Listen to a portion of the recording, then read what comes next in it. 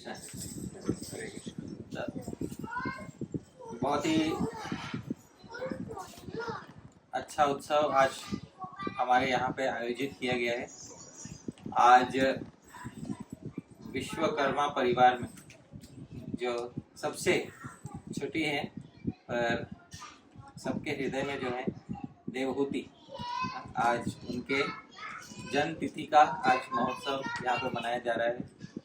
तो मैं धन्यवाद देना चाहूँगा हमारे श्याम गोविंद प्रभु जी को और आराध्या राधा माता जी और माता जी शरणागति माता जी और कोई और अभी इतने ही है। हाँ, मेरा भाई है पवन तो आप सभी को बहुत बहुत धन्यवाद, अनेक साधुवाद। आपने आज यहाँ पर हम सबको आमंत्रित किया और गौरवान्वित किया, उसके लिए तो आज हिंदी में कहेंगे, ठीक है ना? अंग्रेजी में नहीं बोलना ना, हिंदी में ही कहना, ठीक है। तो आप सबका बहुत बहुत धन्यवाद, आज आप यहाँ पर उपस्थित हुए हैं। और कहा जाता है कि बालानाम रोदनम बलम, बच्चों की एक शक्ति होती है वो रोना, एक ही शक्ति भगवान ने दी है बच्चों को, वह रोना। उस शक्ति को बच्चों से कोई नहीं छीन सकता। तो आज तो बर्थडे पार्टी है और आज बच्चों का थोड़ा हंसना खेलना रोना लगा रहेगा, पर उसके बीच में हम जितना ध्यान पूर्वक सुन सके उतना हम प्रयास करेंगे सुनने का, और मैं भी जितना ध्यान पूर्वक कह सकूं मैं प्रयास करूंगा कहने का। आज देवहूति का के जन्मदिन का आज अवसर है। तो जन्मदिन तो कल ही था, बर्थडे कल ही था, आज उसका हम उत्सव मना रहे हैं सबको यहाँ पर। तो हम सबको कार्यक्रम आरंभ करने से पहले कुछ मंगल होना चाहिए। मंगल मतलब कुछ कार्यक्रम में कोई विघ्न न हो, या जिनका जन्म दिवस हम यहाँ पर मनाने के लिए आए हैं देवहूति, तो देवहूति इनके जीवन में भी मंगल हो, इसके लिए हम प्रार्थना करेंगे। मंगलाचरण से आरंभ करेंगे। तो मंगलाचरण में प्रायः सभी श्लोक आप लोगों को आते होंगे, मैं गाऊंगा, आप लोग मेरे साथ गा सकते हैं। ओम ज्ञानतिमिरान्धस्य ज्ञानाञ्जनशलाकया चक्षुरुन्मीलितं येन तस्मै श्रीगुरवे नमः।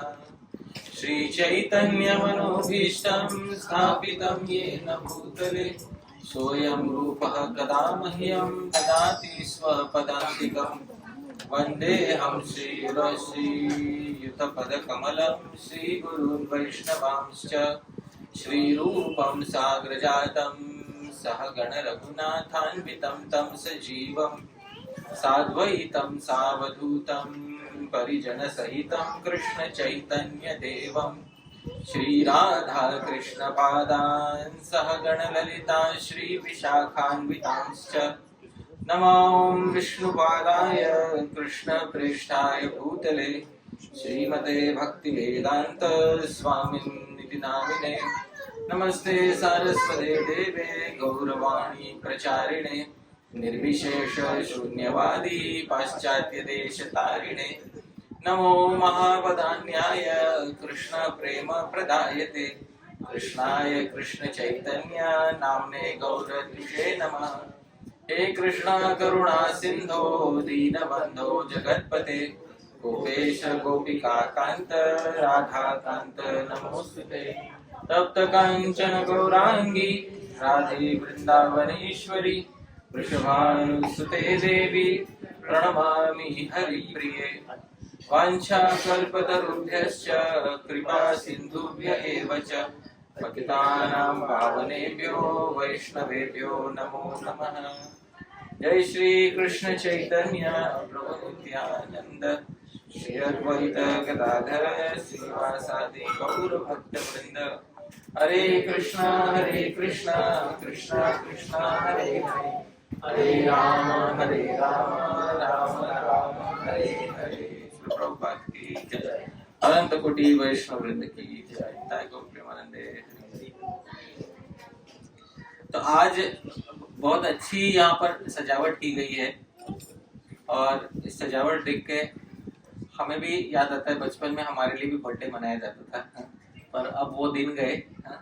पर ये सब सजावट देख के हमें हमारे बचपन की याद आती है कि हमारे बचपन में भी हम मित्रों को बुला के हमारा जब जन्मदिन मनाया जाता था तो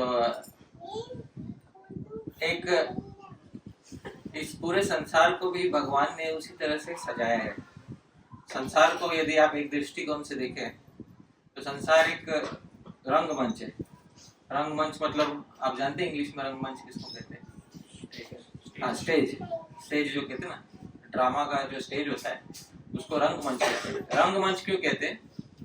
क्योंकि जो ड्रामा होता है जो स्टेज पे किया जाता है, उस ड्रामा में जो एक्टर होते हैं, जो पात्र होते हैं किसी भी नाटक के, वो पात्र जो है दर्शकों पे अलग अलग भावों के रंग फेंकते हैं। आप समझ में आए? हाँ, इसलिए जिस मंच से दर्शकों पे अलग अलग भावनाओं के रंग फेंके जाते हैं उसको कौन सा मंच कहते हैं? रंगमंच। तो संसार एक रंगमंच है और रंगमंच को भगवान ने इस तरह से बनाया है कि हम सब उसमें कोई ना कोई पात्र निभा सकते हैं। आज जैसे सजाया गया है, यहाँ पे ये रूम सजाया गया है, तो भगवान ने इस संसार को अलग अलग वस्तुओं से सजा के भेजा है। ये रूम देखते ही हमारे मन में, आप सब ये रूम देखोगे तो जो सजावट देख के आपके मन में एक भावना उत्पन्न हो जाएगी। वो सजावट का वो कारण है। तो जैसे आप ये देखोगे ये बलून का ऐसा डेकोरेशन है तो आपके मन में एक भावना उत्पन्न हो जाएगी। क्या स्वाभाविक भावना उत्पन्न होगी? हाँ, आज बर्थडे है कि नहीं?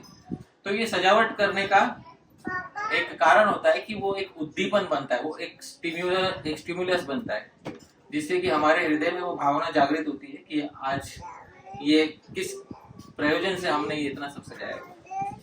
तो भगवान ने भी एक संसार को एक रंगमंच बनाया। इस रंगमंच में भगवान ने अनेक वस्तुएं सजाकर भेजी हैं। कहीं पे बहुत अच्छी अच्छी नदियां हैं, कहीं पे बहुत ऊंचे ऊंचे पर्वत हैं, कहीं पे संसार में कहीं कहीं पे बहुत दुख दिखाई देता है, कहीं कहीं पे बहुत सुख दिखाई देता है। तो ऐसा लगता है मानो कि संसार रंगमंच है और हम रंगमंच पे चलने वाले पात्रों की तरह हैं। तो लेकिन ये रंगमंच क्या है और उसको हम कैसे समझें और इसका हमारे भगवत भक्ति में क्या उपयोग है, ये आज थोड़ा सा जानना आवश्यक है। तो मैं थोड़ा इसके विषय में आज कहूंगा। देखिए, बात ऐसी है कि आप में से जिसने अपने जीवन में कभी कोई स्टेज पे नाटक देखा होगा, किसने नाटक देखा है स्टेज पे? ठीक है, तो जिसने स्टेज पे नाटक देखा होगा उसने एक बात जरूर पता होगी कि जब स्टेज पे नाटक होता है, ड्रामा होता है, तो जो स्टेज के पास वाली जो सीटें रहती है, सबसे करीब वाली सीटें रहती है, वो सबसे महंगी होती है। एक बात नोट की होगी। और जो दूर दूर की होती है उनकी कीमत क्या होती है? थोड़ी कम होती है। पर इसका विपरीत होता है सिनेमा में। आप समझ रहे हैं? सिनेमा में जो सीटें सबसे करीब होती है वो सबसे सस्ती होती है और जो सीटें सबसे पीछे होती है वो सबसे महंगी होती है। कभी इस पर विचार करना चाहिए कि ऐसा क्यों है कि एक नाटक में पास की सीटें बहुत महंगी होती है जबकि एक सिनेमा में दूर की सीटें बहुत महंगी होती है। उसका कारण ये है कि नाटक में व्यक्ति जो है, जो नाटक करने वाले पात्र हैं, वो वहाँ पे जीवित वहाँ पे कलाकृति करने वाले हैं। और जब जीवित कलाकृति होने वाली है वहाँ पे कुछ रिकॉर्ड करके नहीं चलाए जाने वाले हैं। तो जीवित कलाकृति को सबसे निकट देखने से उसमें जो भावों का अनुभव होगा वो सबसे अधिक होगा। इसलिए जो निकट बैठते हैं उनको भाव का अनुभव अधिक होगा, इसके लिए वो बैठते हैं। ये नाट्य क्यों बनाया गया और ये किस कारण से बनाया गया, इसके विषय में मैं आज बोलता हूँ। नाटक किसने बनाया, ओरिजिनली ये नाटक किसने बनाया और ये क्यों बनाया गया, ये मैं आज इस पे थोड़ा बोलूंगा क्योंकि इसका हमारे भक्ति से बहुत गहरा संबंध है। जो लोग सोच रहे कि मैं आज ड्रामा या थिएटर में बोल रहा हूँ, मैं आज उस विषय में नहीं बोल रहा हूँ। वो तो एक जरिया है जिससे मैं कुछ दूसरी मुख्य बात कहना चाहता हूँ। बहुत समय पहले की बात है, ये हमारा जो 4 युग चल रहे हैं, एक मनवंतर के अंदर चल रहा है, इसको कहते हैं वैवस्वत मनवंतर। जो अभी मनवंतर चल रहा है, कौन सा मनवंतर है? वैवस्वत। सत्ययुग में लोगों का मन बहुत अच्छा था, लोगों का मन एक स्थान पे टिका रहता था। लोगों के मन में काम क्रोधादि भावनाएं, नकारात्मक भावनाओं का अभाव था, ज्यादा भावनाएं नहीं थी। सत्ययुग के बाद दूसरा युग आया। क्या नाम था उस युग का? त्रेता। सत्य के बाद त्रेता आता है, हाँ ये याद रखना। सत्य के बाद कौन सा युग आया? त्रेता। त्रेता युग में लोगों की भावनाएं बदलने लगी। लोगों के मन में काम, क्रोध आदि भावनाएं उनके मन में घेर करने लगी। तो जब लोगों के मन में काम, क्रोध आदि भावनाएं घेर करने लगी, तब सभी देवताओं के मन में एक प्रश्न हुआ कि ये लोग जो सत्ययुग में धर्म करते थे, ये लोग अब इतने धार्मिक नहीं रहेंगे जितने सत्ययुग में रहते थे। तो सभी देवता लोग ब्रह्मा जी के पास गए, और ब्रह्मा जी के पास जाने के बाद उन्होंने एक बात पूछी उनसे कि त्रेता, द्वापर, कलयुग में जब धर्म नहीं रहेगा, इतना अच्छा नहीं होगा जितना सत्ययुग में है, तब हम धर्म को कैसे लोगों के जनमानस तक पहुंचाएंगे? क्योंकि सत्ययुग में सीधा वेद पढ़ लेने से लोगों के मन में धर्म जागृत हो जाता था, लेकिन त्रेता, द्वापर, कलयुग में वेद पढ़ लेने मात्र से लोगों के मन में इतने सरलता से धर्म जागृत नहीं हो पाएगा। तो ब्रह्मा जी ने कहा, मैं एक ऐसा वेद बनाऊंगा, एक वेद बना रहा हूं मैं। इस वेद को पंचम वेद कहते हैं। कौन सा वेद कहते हैं? पंचम। इस वेद में चारों वेद से कुछ कुछ लिया होगा, और ये वेद भले ही इसमें से चारों वेदों में से कुछ कुछ लिया होगा, लेकिन ये पांचवा वेद सभी के लिए होगा। इसमें जाति मात्र से नहीं होगा, ये सभी सारी जातियों के लिए ये वेद बनाया जाएगा। सिर्फ कौन सा वेद होगा? तो इसका नाम है सार्ववर्णिक, मतलब सभी वर्णों के लिए वेद होगा। इसका नाम है नाट्य शास्त्र। आप समझ रहे? तो नाट्य शास्त्र जो है ये पंचम वेद करके हुआ। तो नाट्य शास्त्र, तो सभी देवताओं ने बोला नाट्य शास्त्र से कैसे होगा? तो बोलेंगे जब आप नाटक करके दिखाओगे स्टेज पे, और ऐतिहासिक पात्रों का नाटक होगा, तो उस नाटक को देख के श्रोताओं के मन में धर्म की भावना स्वाभाविक जाग उठेगी। आप समझ रहे हैं? इसलिए जो सत्ययुग में वेदादि पढ़ने से धर्म की भावना जागती थी, त्रेता आदि युग में नाट्य इत्यादि के माध्यम से ये होने लगा। तो जब नाटक के माध्यम से होने लगा, तो देवताओं ने कहा हमें सीखना है नाटक कैसे करना है। तो बोले आपको नाटक यदि सीखना है तो आपको नाट्य शास्त्र को, एक मुनि है जिनको मैंने सारी अपनी विभूति दी है नाट्य की, उनके पास जाना होगा। कौन से मुनि है? तो बोले भरत मुनि नाम है उनका। आप में से कुछ ने नाम सुना होगा, हा? क्या नाम है? भरत मुनि। आज इनके नाम से भारत में भरतनाट्यम, आप समझ रहे हैं, ये तो भरत मुनि का नाट्य शास्त्र, इसके ऊपर से कभी एक नृत्य होता है, उस नृत्य को क्या कहते हैं? भरतनाट्यम। वास्तव में नृत्य नहीं है, वो नाट्य है। उसमें भरत मुनि के सिद्धांतों के अनुसार नाट्य करके दिखाया जाता है, जिससे दर्शकों के हृदय में कुछ भावों की उत्पत्ति हो सके। ये बात है। तो आज हम ये जानने की कोशिश करेंगे कि वास्तव में होता क्या है, जब हम नाटक देखते हैं तो होता क्या है, और इसका हमारे भक्ति से क्या संबंध है। क्योंकि श्री रूप गोस्वामी जो हमारे संप्रदाय के आचार्य हैं, इन्होंने 2 नाटक लिखे, ललित माधव नाटक और विदग्ध माधव नाटक। ये 2 नाटक लिखे गए। ये नाटक लिखने के पीछे प्रयोजन क्या है, और नाटक से हमारे हृदय में क्या परिवर्तन होते हैं, ये बात जानना बहुत आवश्यक है। आइए आइए,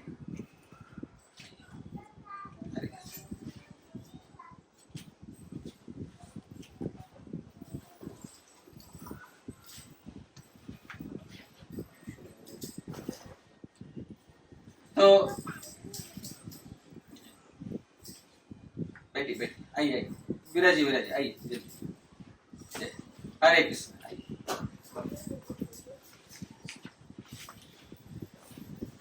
तो एक बात सब लोगों ने जाननी होगी कि प्रत्येक मनुष्य के हृदय में कुछ भावनाएं स्वाभाविक रूप से विराजमान रहती है। ये तथ्य हमको जानना होगा कि प्रत्येक मनुष्य के हृदय में कुछ भावनाएं स्वाभाविक रूप से भगवान ने भेजी है। बच्चा जब पैदा होता है, नवजात शिशु भी, उसको पता होता है कि दुख होने पर रोना है और सुख होने पर हंसना है। उसको सिखाना नहीं पड़ता, ये भगवान के द्वारा सिखाकर भेजे हुए हैं। तो सबके हृदय में पहले से कुछ भावनाएं निहित होती है। इनको एक नाम दिया है भरत मुनि ने, नाट्य शास्त्र में, ये नाम मैं बोलूंगा, ध्यान से सुनिएगा, इसको कहते हैं स्थाई भाव।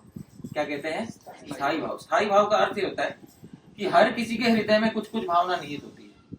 अब मानो सड़क पे कोई आदमी चल रहा है और पुलिस वाला आए और उसको डांटने डपटने लगे, वहां तक नहीं रुके, हाँ, लगा के 2 थप्पड़ रसीद दे उसके मुंह पर। आप समझ रहे हैं? हाँ, तो उसके मन में एक स्थाई भाव जो है क्रोध का, वो उत्पन्न हो जाएगा। आप समझ रहे हैं? हाँ, उसको ये बताने नहीं पड़ेगा कि अब तुझे क्रोधित होना है, ऐसा नहीं बोलना पड़ेगा। आप समझ रहे? वो अपने आप क्रोधित हो जाएगा। क्यों क्रोधित हो जाएगा? उसके मन में भगवान ने पहले से एक भाव भेजा है, उस स्थाई भाव को, हाँ, वो स्थाई भाव जो क्रोध करने का है, हाँ, जिसको रौद्र रस कहते हैं, वो जागृत हो जाएगा। और वो रौद्र रस जागृत होने पे, फिर उस रस की उत्पत्ति होने पे, फिर उसके अनुभव मतलब उसकी इफेक्ट दिखने लगेगा। बदले में वो भी 1 हाथ 2 गाली दे देगा। हाँ, आपने देखा वो मुंबई में होता है ऐसा। हाँ, जो लोग ट्रेन में ट्रैवल करते हैं, हाँ, रोजमर्रा देखते होंगे कि लोगों में झगड़ा हो जाता है और आप अलग से बताना नहीं पड़ता कि भाई आपको ये भावना आपको भी प्रकट करनी है। तो भगवान ने हृदय में कुछ कुछ भावनाएं निहित करके भेजी है। इनको कौन से भाव कहते हैं? स्थाई भाव। अब बात यह है कि जब हमारे जीवन में दुख आता है तो हम जीवन में दुख कतई पसंद नहीं करते। मनुष्य की ये वृत्ति रही है कि आरंभ से दुख से वो बचना चाहता है और सुखों की प्राप्ति करना चाहता है। ये आरंभ से मनुष्य की, हर प्रत्येक मनुष्य की वृत्ति रही है कि दुख से बचना चाहता है और सुख प्राप्त करना चाहता है। पर अब यहाँ पे चमत्कार देखिए, वही दुख जब वो नाटक में देखता है तब उस दुख को देख के सुखी हो जाता है। आप समझ रहे? वही दुख जब किस में देखता है? नाटक में देखता है, तो वो दुख को देख के सुखी होता है। मैं बताता हूँ कैसे सुखी होता है, एक उदाहरण देख के बताता हूँ। जैसे रामलीला का मान लीजिए नाटक चल रहा है और भरत मिलाप का दृश्य चल रहा है, सीन चल रहा है भरत मिलाप का। तब भरत को पता चला है कि भाई मेरे भाई को निकाल दिया गया राज्य से, मैं तो था भी मामा के घर पे था, अब मुझे पता चला कि मेरे भाई को देश निकाला हो गया, पिताजी तो हमारे गुजर गए उस विरह में। तब जाके पता चला कि हमारी माता की वजह से ये सब हुआ है। तो भरत जी को बहुत कष्ट होता है और वो फिर प्रण लेते हैं कि वो भगवान राम को लेकर आएंगे और सिंहासन पे विराजमान करेंगे। तो जब वे वन में जाते हैं और भगवान राम से मिलते हैं, उस समय भरत जी उनको बोलते हैं कि आप वापस आइएगा, वरना मैं तपस्वी का जीवन जीऊंगा, मैं राजगद्दी पर नहीं बैठूंगा। तो भगवान राम उनको बहुत अलग अलग युक्ति से समझाते हैं। अंत में यह होता है कि भरत जी मान जाते हैं इस शर्त में कि वो तो तपस्वी का जीवन जिएंगे, पर भगवान राम की पादुका अब सिंहासन पे विराजमान होगी। तो भगवान राम की पादुका लेते हैं और फिर अपनी वो पादुका लेकर वो अपने सर पे रखते हैं और फिर उल्टा घूमते हैं। वो उल्टा घूमने से एक बात निश्चित होती है कि भगवान राम 14 वर्ष तक अयोध्या में नहीं आएंगे। कि वो जो आशा रहती है कि भाई भगवान राम आएंगे, वो आशा उस समय टूट जाती है जब भरत जी अपने सर पे पादुका रख के अयोध्या की ओर वापस मुड़ जाते हैं। ये देख के जो दर्शकों में, ऑडियंस में बैठा हुआ व्यक्ति रो रहा है। आप समझ रहे हैं? और पूरा ड्रामा हो गया। ड्रामा होने के बाद बोलता है बहुत अच्छा ड्रामा था, मैं फिर से देखना चाहता हूँ।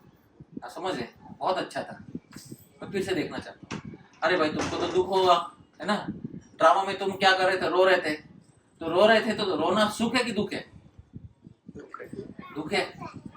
तो भाई फिर तुम सुख का अनुभव कर रहे हैं, ऐसे क्यों? तुम अगर दुख होता तो तुम पुनः जाने की बात ही नहीं करते। आप समझ रहे हैं? पर तुम बोल रहे हो नहीं इतना अच्छा था, मैं वापस जाना चाहता हूँ। तो ऐसा क्या हुआ? आप समझ रहे हैं? तो एक बात समझनी चाहिए, नाट्य में जो दुख है वो वास्तव में क्या है? सुख है। बहुत अलौकिक सुख है। इस तथ्य को भरत मुनि ने एक एग्जाम्पल से समझा। एग्जाम्पल समझ के लीजिएगा। भरत मुनि बताते हैं जब प्रेमी प्रेमिका होते हैं और प्रेमिका प्रेम के वश प्रेमी को एक गाल पे रसीद करके दे दे। आप समझ रहे हैं? हाँ, तो सुख है या दुख है? हाँ, आप समझ रहे हैं? हाँ, तो जो प्रेमी है, हाँ, उसके लिए तो सुख है। आप समझ रहे हैं? हाँ? है कि नहीं? सही बात है ना? तो भरत मुनि ये उदाहरण देते हैं कि प्रेम में कभी कभी किसी को मारा भी जाए तो भले वो भौतिक संसार में दुख का कारण माना जाता है, लेकिन क्योंकि वो संबंध है इस कारण वो क्या हो जाता है? सुख हो जाता है। ये बात है। उसी तरह से नाट्य में जो दुख भी बताया जाता है, वो दुख देखने के लिए लोग पैसा दे दे के नाटक देखने आते हैं। सही बात है कि नहीं? हा? पाश्चात्य जगत में, वेस्टर्न वर्ल्ड जिसको बोलते हैं, इसमें अधिकांश जो नाटक हुए हैं शेक्सपियर इत्यादि के, पाश्चात्य जगत ये फेमस है ट्रेजेडी के लिए। ये बात है, जो सब अधिकांश नाटक हुए हैं इनका अंत किसमें होता है? ट्रेजेडी। ट्रेजेडी इसलिए होता है कि व्यक्ति रोता है फिर अंत में, और फिर रोने के बाद उसको एक अलौकिक सुख मिलता है, बोलता है हाँ सच में बहुत अच्छा था, मेरा हृदय भर आया। आप समझ रहे हैं? तो ये होता है नाट्य, और नाट्य में सुख अनुभव करने की एक कला होती है। तो वो सुख अनुभव करना, वो कला हमें आनी चाहिए, और इसका हमारे भक्ति से बहुत गहरा संबंध है, क्योंकि अब मैं धीरे धीरे उस विषय पे आना प्रारंभ करूंगा। एक बात ध्यान रखिएगा, हमारे हृदय में भगवान ने पहले से कुछ भावनाएं भर के रखी है। मैंने कुछ समय पहले नाम बताया था, कोई जानता है क्या नाम है उसका? स्थायी भाव। स्थायी भाव है। तो हमारे हृदय में इस समय दुख अनुभव करने का स्थायी भाव है, इसको कहते हैं करुण। क्या कहते हैं स्थायी भाव को? करुण। और उस स्थायी भाव वो तुरंत अभी इस समय आपको अनुभव नहीं हो रहा होगा, क्योंकि इस समय वो स्थायी भाव को उजागर करने वाले कंडीशंस जो है, बाकी के कंडीशंस है नहीं। आप समझ रहे? मान लीजिए आप रास्ते पे चल रहे हो, अचानक आपके आंखों के सामने एक्सीडेंट हो जाए और कोई व्यक्ति मर जाए, और दूसरे उसके रिश्तेदार रोने लगे, तुरंत आपके मन में कौन सा भाव जागृत हो जाएगा? करुण। तो वो हृदय में होने के बावजूद उसको जागृत करना पड़ता है, और जागृत होने के बाद उसकी अनुभूति होती है, उसका अनुभव होता है। अब वो जागृत कैसे होता है, इसको समझाने के लिए भरत मुनि एक उदाहरण देते हैं, और ये उदाहरण देते हैं एक सब्जी का। ध्यान से सुनिएगा, ये उदाहरण बहुत आवश्यक है जानना, क्योंकि जो ये उदाहरण समझ लेगा उसको समझ में आएगा कि भावनाएं जागृत कैसे की जाती है। मान लीजिए आपसे पूछा जाए, आपसे प्रभु जी आपसे पूछा, हाँ आपकी फेवरेट सब्जी कौन सी है? गोभी। गोभी। चलो, हाँ? तो गोभी का सब्जी आज हमें मान लीजिए बनाना है। तो गोभी का सब्जी बनाने के लिए सबसे मुख्य घटक, मेन इंग्रेडिएंट क्या चाहिए? गोभी चाहिए। हाँ, चलिए मान के, बिना गोभी का सब्जी नहीं बनेगा। पर केवल गोभी मैं ले आऊं आपके सामने और बोलिए खा लो, आपने बोला ना गोभी पसंद है, तो आप खा लोगे सीधा? नहीं ना। उसके लिए कुछ उसको प्रक्रिया करनी होगी। प्रक्रिया मतलब उसका प्रोसेस करना होगा। प्रोसेस क्या करना होगा? तो धोना होगा, काटना होगा, छीलना होगा, छिलका निकालना होगा, फिर उसके बाद उसमें मिर्च मसाला, मैं नहीं ज्यादा बनाता पर मुझे ऐसे मैंने देखा है, हाँ ये उसमें हाँ तड़का लगाना होगा, मिर्च मसाला तेल इत्यादि डालना होगा, कुछ समय तक उसको गर्म होने देना होगा, हाँ फिर निकाल के देखना होगा वो सॉफ्ट हुआ या नहीं, फिर उसके बाद उसको परोसना होगा। फिर आप खाओगे, तब आपको आनंद आएगा।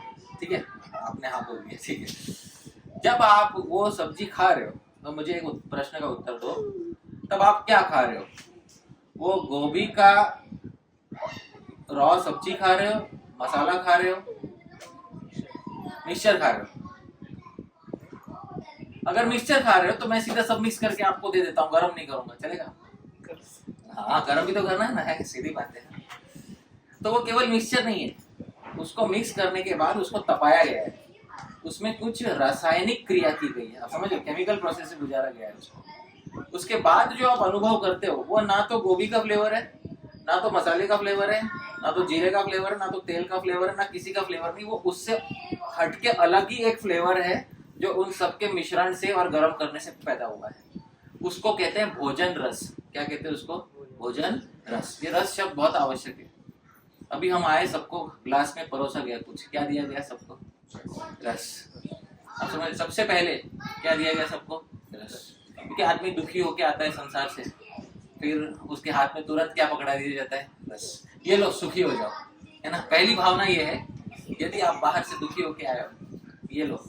वो देख के लोग तुरंत ले लेते हैं। कदाचित ही ऐसा कोई होगा जो बोलेगा नहीं नहीं मुझे नहीं चाहिए। हाँ, सब ने, कोई बाहर से तृप्त होके आया होगा तो नहीं लेगा, लेकिन जो बाहर से थोड़े भी दुखी होके आए, हाँ, सबसे पहले देखिए क्या ले लेंगे हाथ में? हाँ, रस। क्योंकि क्या होता है, देखिए एक सिंपल फॉर्मूला है, दुखी व्यक्ति प्लस रस इक्वल टू सुखी व्यक्ति। आप समझ में आ रहे हैं? हाँ? दुखी व्यक्ति को क्या दे दो? रस, और दुखी व्यक्ति क्या हो जाएगा? सुखी हो जाएगा। सही बात है। हाँ? तो ये तो भोजन रस है जो अभी प्रभु जी परोस रहे हैं। कौन सा रस है? देखो आप डायरेक्ट अनुभव कर रहे हो हर एक घूंट में सुख। हाँ। अच्छा बात ये है ना प्रभु जी, वो रस मैंने भी अभी पिया कुछ समय पहले। वो पूरा मीठा भी नहीं है और पूरा नमकीन भी नहीं है, आप समझ रहे हो? हाँ? मिक्सचर है वो। होना तो ये चाहिए था कि मीठा रस पीने से सुख होना चाहिए था, हाँ? और नमकीन रस पीने से दुख होना चाहिए था। पर रस ऐसा होता है ना कि नमकीन हो तो भी सुख देता है, समझ रहे? हाँ?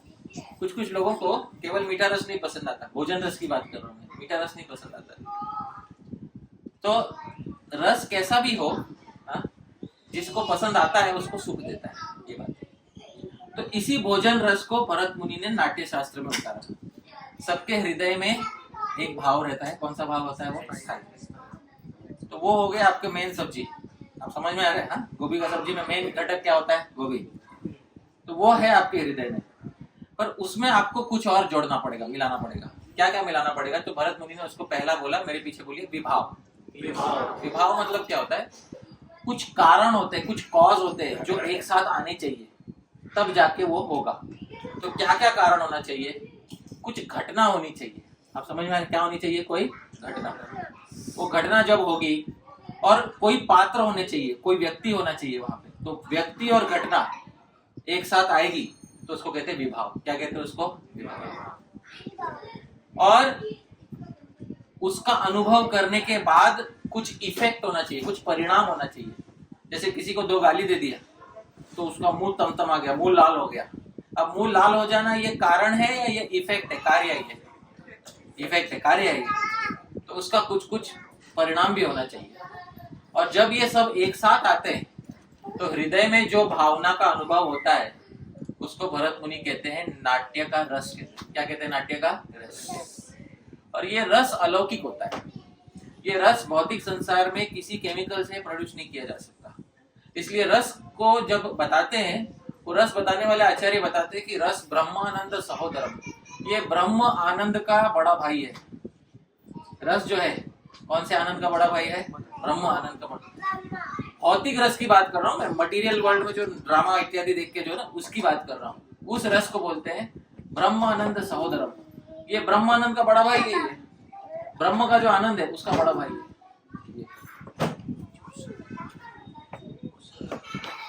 लोग जाते हैं, कभी आप सब जब छोटे होंगे, किसी ने कोई पिक्चर देखा होगा, कोई मूवी देखा होगा, कोई थिएटर देखा होगा। बचपन में कोई एक किरदार हृदय में बैठ जाता है, आप समझ रहे? हाँ? कोई किरदार हृदय में बैठ जाता है, और बैठ जाता है तो बचपन में आप देखोगे बच्चे उस किरदार का अनुकरण करने लगते हैं अपने जीवन में। हाँ, दिन रात उसका क्या करने लगते हैं? अनुकरण करने। क्यों? क्योंकि वो एक हो जाता है उससे, उसको लगता है मैं ही वो हूँ। अच्छा, वो बच्चा ऐसा क्यों करता है? उसका कारण बताता हूँ। तो ये है क्योंकि बच्चे को वो जो रस अनुभव होता है, वो रस वो पुनः पुनः अनुभव करना चाहता है, इसलिए वो बच्चा उसका अनुकरण कर बैठता है। इसको भरत मुनि ने बोला, इसको कहते हैं, मेरे पीछे बोलिएगा, साधारणीकरण। क्या कहते हैं? साधारणीकरण क्या होता है मैं बताता हूँ आपको। जब आप स्टेज पे किसी पात्र को देखते हो, वो पात्र आपके दिल को छू गया, एकदम छू गया आपके स्टेज पे, आप अपने आप को उससे अभिन्न मानने लगते हो। मान लो कि जैसे एक नाटक चल रहा है, पिक्चर चल रहा है, जिसमें दिखाया जा रहा है कि भारत एकदम मुगल साम्राज्य के अंदर दबा हुआ है, सब लोग बहुत परेशान हैं, एकदम कोई अपना धर्म, यहाँ तक कि धर्म हम अपना अच्छे से निर्वाह नहीं कर पा रहे। और अचानक से पीछे से विभाव होता है, अचानक से पीछे से वो, आपने पिपाणी मान ले, वो बजाते हैं, वो आवाज आती है, और पीछे से आवाज आती है कि देखो अब छत्रपति शिवाजी महाराज का एंट्री होने वाला है, आप समझ रहे हो? और फिर पीछे से गाने गाए जाते हैं वीर रस के।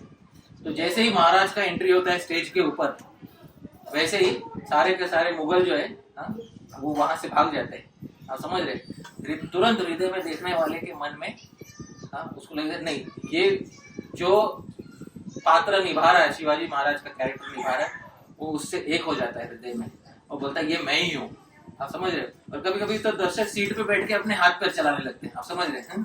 क्योंकि वो उसके मन में वो एक हो जाता है वो। और फिर उसके बाद उसके हृदय में जो रस वो पात्र के हृदय में होता है, वही रस उसके हृदय में, इसको साधारणीकरण कहते हैं। क्या कहते हैं इसको? साधारणीकरण। A general version of that same emotion is present in the heart of the audience. English में बोलेंगे, आप समझ रहे हैं? जनरल वर्जन ऑफ द साधारण means general, general version of the same emotion becomes manifest in the heart of the audience, और इसको कहते हैं साधारणीकरण। तो ये साधारणीकरण की वजह से आपके हृदय के अंदर जो स्थायी भाव था उसको उजागर कर करके वो भाव का रस बना दिया। क्या बना दिया? स्थायी भाव का रस। और रस को अनुभव कर सकते हैं। वो अनुभव करने के बाद आपको सुख होता है। क्या होता है? सुख। वो सुख प्राप्त करना हर मनुष्य का ध्येय है। तो अब हम आते हैं भक्ति के ऊपर। ये पूरा का पूरा जो भरत मुनि ने सेटअप बनाया हमारे लिए नाट्य शास्त्र का, भरत मुनि आज से 3500 साल पहले उनका नाट्य शास्त्र जो है लिख कर, उन्होंने लिख दी। पहले तो मुख से बोलते थे, 3500 साल पहले नाट्य शास्त्र लिख दिया गया। और ये नाट्य शास्त्र 20 से अधिक अध्यायों में, उसमें एक अध्याय में भाव और रस की बात की गई। एक ऐसा अलौकिक प्रिंसिपल है, ऐसा अलौकिक सिद्धांत है जो केवल भारतवर्ष में हुआ, इसको भारतवर्ष में पहचाना गया और इसको पूरा विवेचन भारतवर्ष में हुआ। भरत मुनि के परफेक्ट अनुयायी थे श्री रूप गोस्वामी, जिन्होंने भरत मुनि को आद्योपांत स्टार्ट से लेके एंड तक पढ़ा है।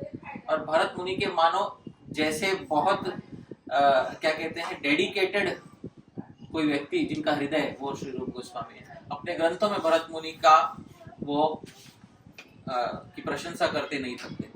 रूप गोस्वामी जी ने एक ग्रंथ लिखा था, नाटक चंद्रिका।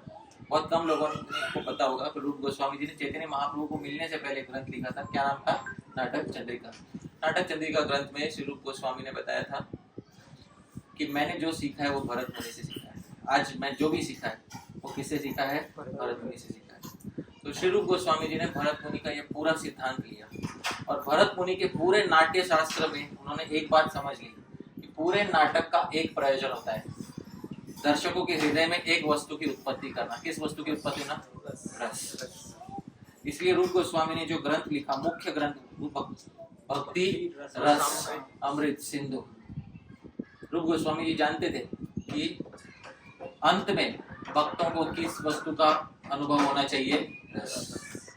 अब रस का अनुभव भक्तों में कैसे हो? पहले तो बात यह है, रस का अनुभव करने के लिए हृदय में एक भाव होना चाहिए। उस भाव को कौन सा भाव कहते हैं? स्थायी। पहली बात तो यह, हमारे हृदय में भगवान के विषय में कोई भाव है ही नहीं। आप समझ रहे हैं? तो भगवान के विषय में यदि हमको भक्ति रस का अनुभव करना हो तो बहुत कठिन काम हो जाता है, अतिशय कठिन काम हो जाता है। इसके लिए सबसे पहले एक बात श्री रूप गोस्वामी जी ने बताई कि साधन भक्ति कर करके भगवान के विषय में धीरे धीरे अपना चित्त लगाना होगा। और धीरे धीरे चित्त लगाने के बाद हृदय में भगवान के प्रति स्थायी भाव उत्पन्न होता है। कौन सा भाव उत्पन्न होता है? ये स्थायी भाव 5 प्रकार का होता है।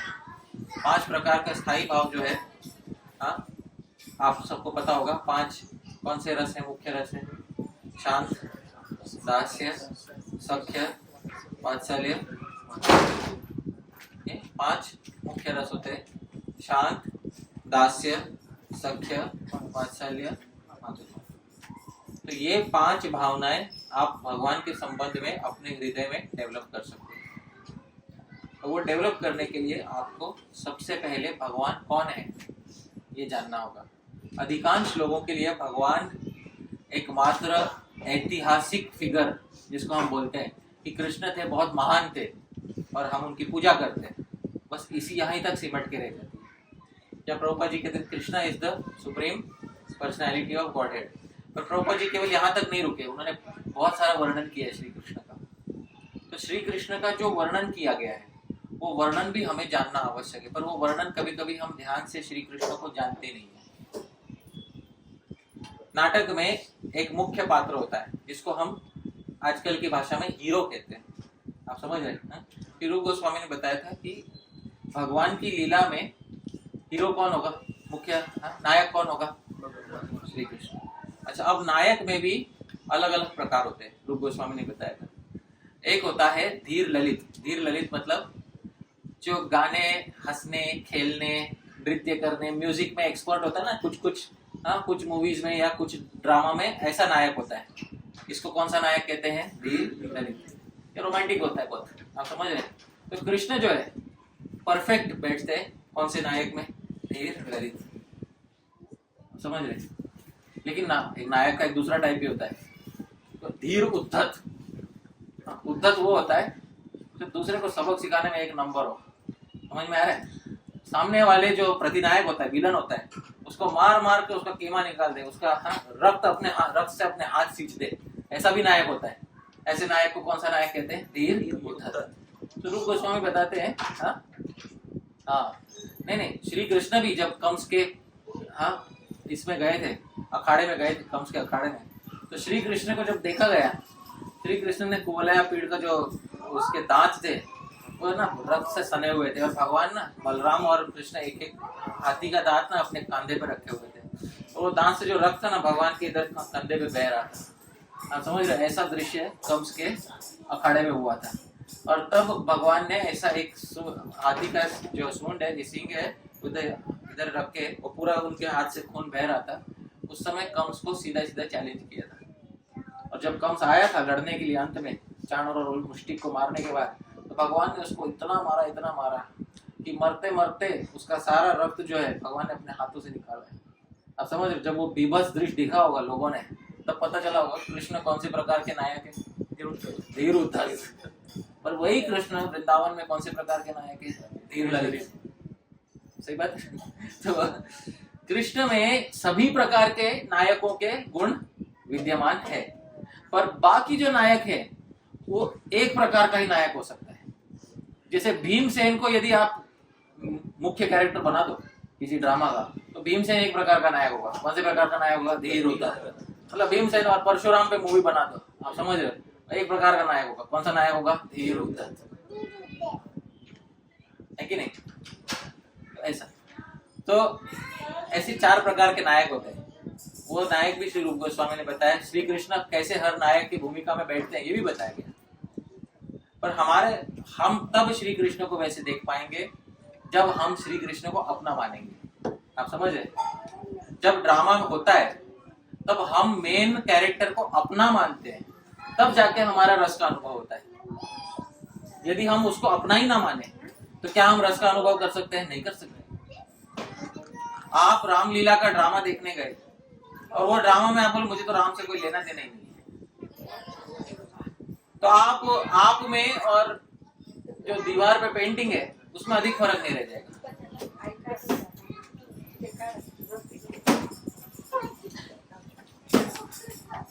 पर यदि आप कोई नाटक देखने गए तो नाटक देखने की सफलता किसमें है?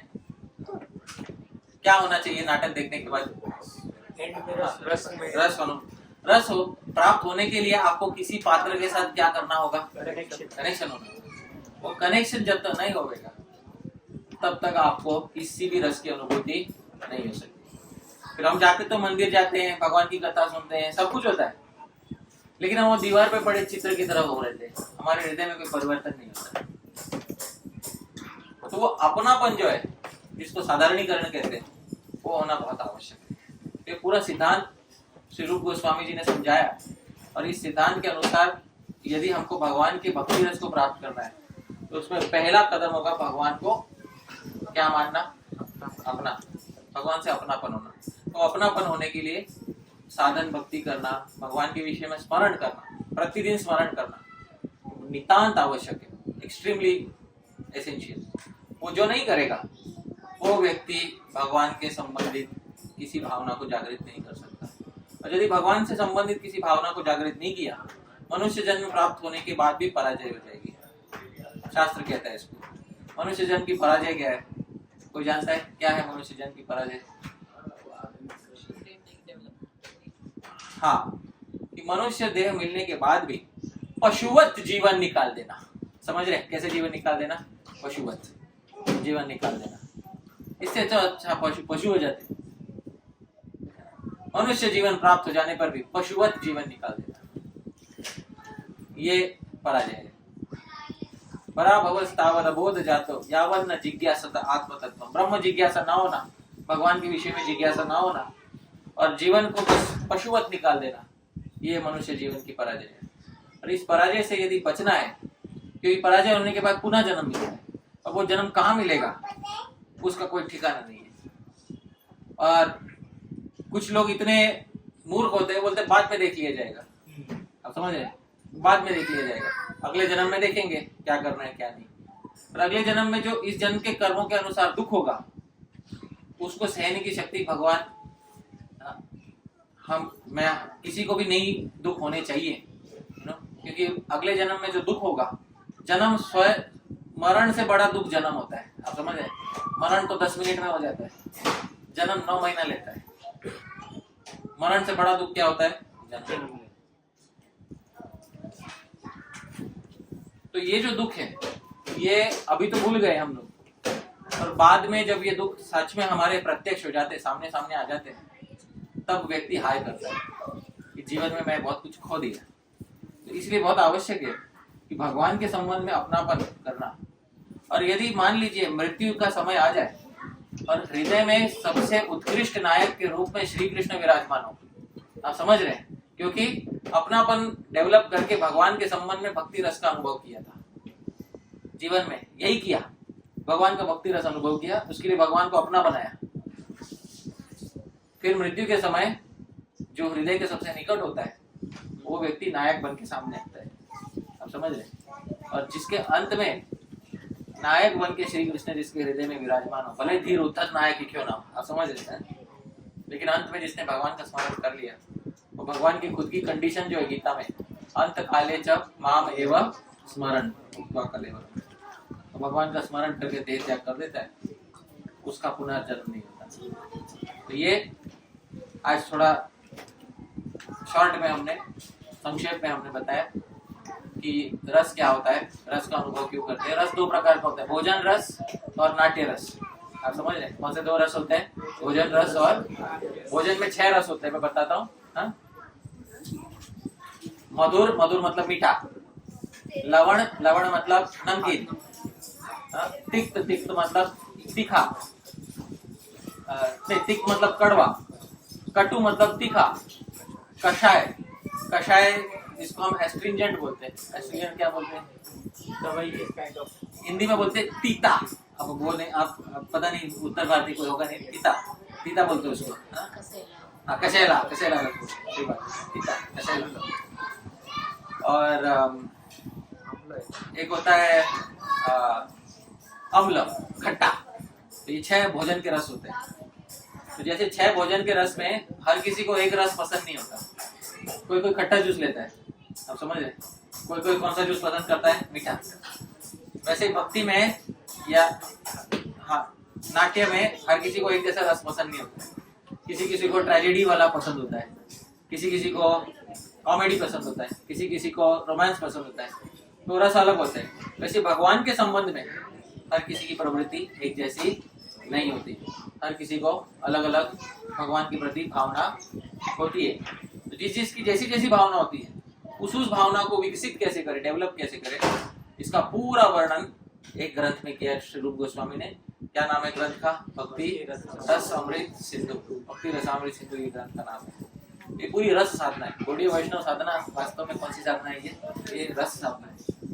कई बार हम गलत समझ लेते हैं कि अष्टांग योग जैसी साधना बना लेते हैं, एक जगह पे बैठो और इतना समय नाम करो, पर इतना समय नाम करने के बाद अंत में भगवान को अपना बनाना है, आप समझ रहे हैं? और अपना बनाने के बाद भगवान के संबंध में क्या अनुभव करना है? तो हमारी साधना वास्तव में रस साधना है, ये कोई अष्टांग योग इत्यादि की साधना नहीं। तो वो रस साधना को जो ठीक ठाक समझ गया उसके लिए बहुत आसान होता है, और जो ठीक ठाक नहीं समझा उसके लिए थोड़ा कठिन हो जाएगा। तो ये हमें भी समझना चाहिए कि हमारे ही आचार्य ने क्या बता रखा है, किस तरह से उसका अनुभव करना है भगवान के विषय में, वो हमको जानना चाहिए। आज थोड़ा इसका संक्षेप में बताया, अभी थोड़ा विराम लेंगे और किसी को यदि कोई प्रश्न है, प्रश्न पूछने का कुछ अवकाश यहाँ पे। शाम को प्रभु किधर है? वो नायक के प्रकार आप बता रहे थे, हाँ, तो बताता हूँ मैं। 4 प्रकार के होते हैं, धीर उदात्त, धीर उद्धत, धीर ललित, धीर प्रशांत। 4 प्रकार के होते हैं। धीर उदात्त, उदात्त मतलब क्या होता है, उसके गुण बहुत महान होते हैं। एग्जाम्पल बता दूंगा तो आपको समझ आ जाएगा। हर नायक धीर होना चाहिए। हर नायक क्या होना चाहिए? धीर। चारों नायकों के नाम के पहले क्या लगाया गया है? तो धीर इसलिए लगाया गया है क्योंकि नायक अधीर नहीं हो सकता, चंचल नहीं हो सकता। नायक चंचल हो जाए यदि, तो चंचलता ये पुरुष गुण नहीं माना जाता। चंचलता कौन सा गुण माना जाता है? स्त्री गुण माना जाता है। तो नायक को कैसा होना चाहिए? धीर। अब आजकल क्या हो गया ना कि कभी कभी कोई पिक्चर बनाते हैं या कोई थिएटर ड्रामा बनाते हैं, तो उसमें से अगर कोई नायक रहेगा, इसमें से एक, चार में से एक होना चाहिए। अब उदाहरण देता हूँ धीर उदात्त का। उदात्त का मतलब होता है जो बहुत विशाल हृदय वाला हो, जिसके गुण बहुत विशाल हो। इसका उदाहरण देता हूँ, इसका बेस्ट उदाहरण है युधिष्ठिर। धीर उदात्त नायक का सबसे बेस्ट उदाहरण कौन सा है? युधिष्ठिर। तो ये सबसे बेस्ट उदाहरण है। धीर प्रशांत मतलब एकदम शांत चित्त का हो, जिसको कभी क्रोध आदि ना आए, इतना शांत चित्त वाला नायक हो, सोबर एकदम हो। हा? इसका उदाहरण मैं बताता हूँ। किसी नाटक में आपने नायक बना दिया चाणक्य को, आप समझ रहे हैं? ये कौन सा नायक हो गया? धीर प्रशांत। धीर ललित एकदम रोमांटिक होता है, नाचने गाने में निपुण होता है, आप समझ रहे हैं? इसके सबसे अच्छे उदाहरण है श्री कृष्ण वृंदावन में। और धीर उद्धत, शत्रु का हृदय फाड़ के लहू पीने वाला, आप समझ रहे हैं? उस प्रकार का जो नायक होता है, क्रूर होता है जो, और छल कपटी होता है, आप समझ रहे हैं? ऐसा जो नायक होता है उसको क्या कहते हैं? धीर उद्धत। इसके बेस्ट उदाहरण दिए जाते हैं भीम। भीम इसके सबसे बेस्ट उदाहरण दिए, धीर उद्धत नायक होता है। तो जो भी रूप गोस्वामी ने बोले, जो भी नाटक बनता है या मूवी बनता है, उस समय मूवी तो था नहीं, उस समय क्या था? नाटक था। जो भी नाटक बनता है उसमें से जो मुख्य पात्र होता है, नायक होता है, इसमें से एक चार प्रकार का होना चाहिए। तो ये चार प्रकार के नायक और उसका उदाहरण मैंने आपको बता दिया, ठीक है? पर हर नायक क्या होना चाहिए? धीर होना चाहिए। क्योंकि नायक अधीर हो जाए तो स्टोरी का हैप्पी एंडिंग नहीं होता। स्टोरी का हैप्पी एंडिंग नहीं होगा तो दर्शक लोग कुछ अलग भावनाएं लेके चले जाते हैं। अरे यार अच्छा नहीं हुआ, रस चाहिए था, रस की उत्पत्ति नहीं हुई, उल्टा कुछ और ही विरसता आ गई हृदय में। कभी कभी लोग जानबूझ के ऐसा बनाते हैं कि रस की जगह क्या हो जाए? विरसता आ जाए एंड में, और सुख की जगह दुख अनुभव करके चले जाएगा। तो वैसा नहीं होना चाहिए। अंत में अलौकिक सुख का अनुभव होना चाहिए। ये भारतीय परंपरा रही है, ठीक है? तो ये जी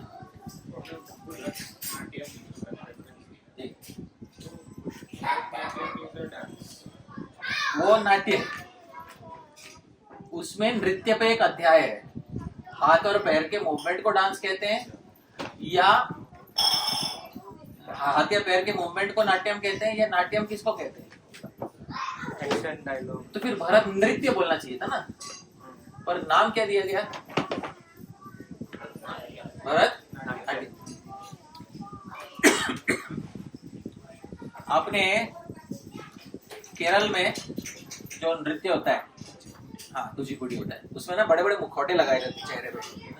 अब वो मुखौटे लगाए जाते हैं, और मुखौटा भी क्या होता है? एक्चुअली पेंट लगाया जाता है। वो पेंट से क्या होता है, जो चेहरे के हाव भाव होते हैं ना, थोड़े और निखर के आते हैं।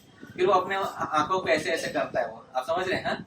और फिर उसमें अलग अलग हाव भाव बनाता है। उसको वो जो भाव भंगिमा रहती है, वो अलग अलग रस को, आप उससे बोलो नवरस निकालो, तो सारे 9 के 9 रस निकाल के दिखाएगा।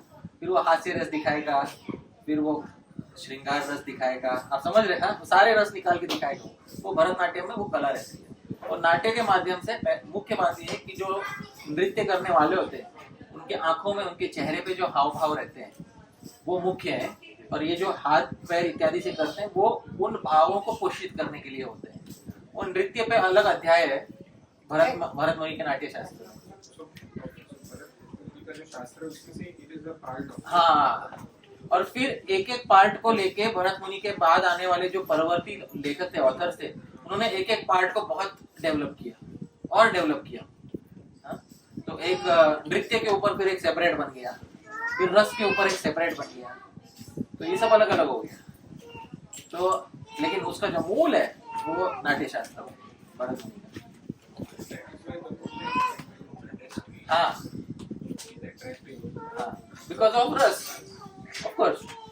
और उपनिषद कहते हैं रसो वही सह, श्री कृष्ण रसी है, रसम ही एवं लब्ध्वा आनंदी भवति, रस प्राप्त करके ही जीव आनंदित होता है। तो जीव को एक्चुअली क्या चाहिए?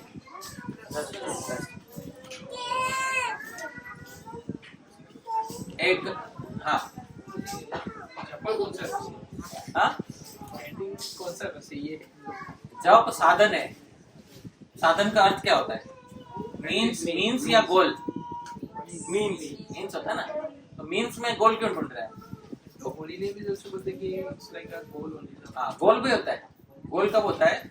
जब आपको प्रेम प्राप्त हो जाता है, और प्रेम प्राप्त हो जाने के बाद प्रेम की भावना से जब आप भगवान का नाम ले रहे हैं, तब जब करते करते रस का अनुभव भी होगा। पर आप जिस जब की बात पूछ रहे हो वो तो साधन का।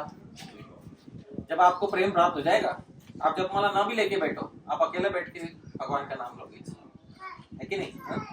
आप एक साधन की तरह ना करते हुए उसको रसानुभूति, रस के एक्सपीरियंस की तरह आप करोगे। जब किसी प्रेमी को प्रेमिका से प्रेम हो जाता है तो जपमाला लेके नहीं बैठता वो, आप समझ रहे हो? नाम कैसे लेता है वो? किस भावना से लेता है वो? तो प्रत्येक श्वास में उसको रस का अनुभव होता है। उसको बताना नहीं पड़ता कि 16 माला नाम लो उसका, आप समझ रहे? तो ये तो प्रैक्टिस है। प्रैक्टिस होने के बाद उसका ध्येय प्राप्त, उसका गोल प्राप्त। ठीक है, मुझे लगता है कि बच्चे अधीर हो रहे हैं। तो आज हम यहीं पे विराम लेते हैं। बहुत बहुत धन्यवाद पुनः, और श्याम गोविंद प्रभु जी और आराध्या राधा माता जी और पुनः शरणागति माता जी, आपको पुनः पुनः साधुवाद। और कौन है, क्या नाम है प्रभु जी? भैया पवन प्रभु, आपको पुनः पुनः बहुत धन्यवाद।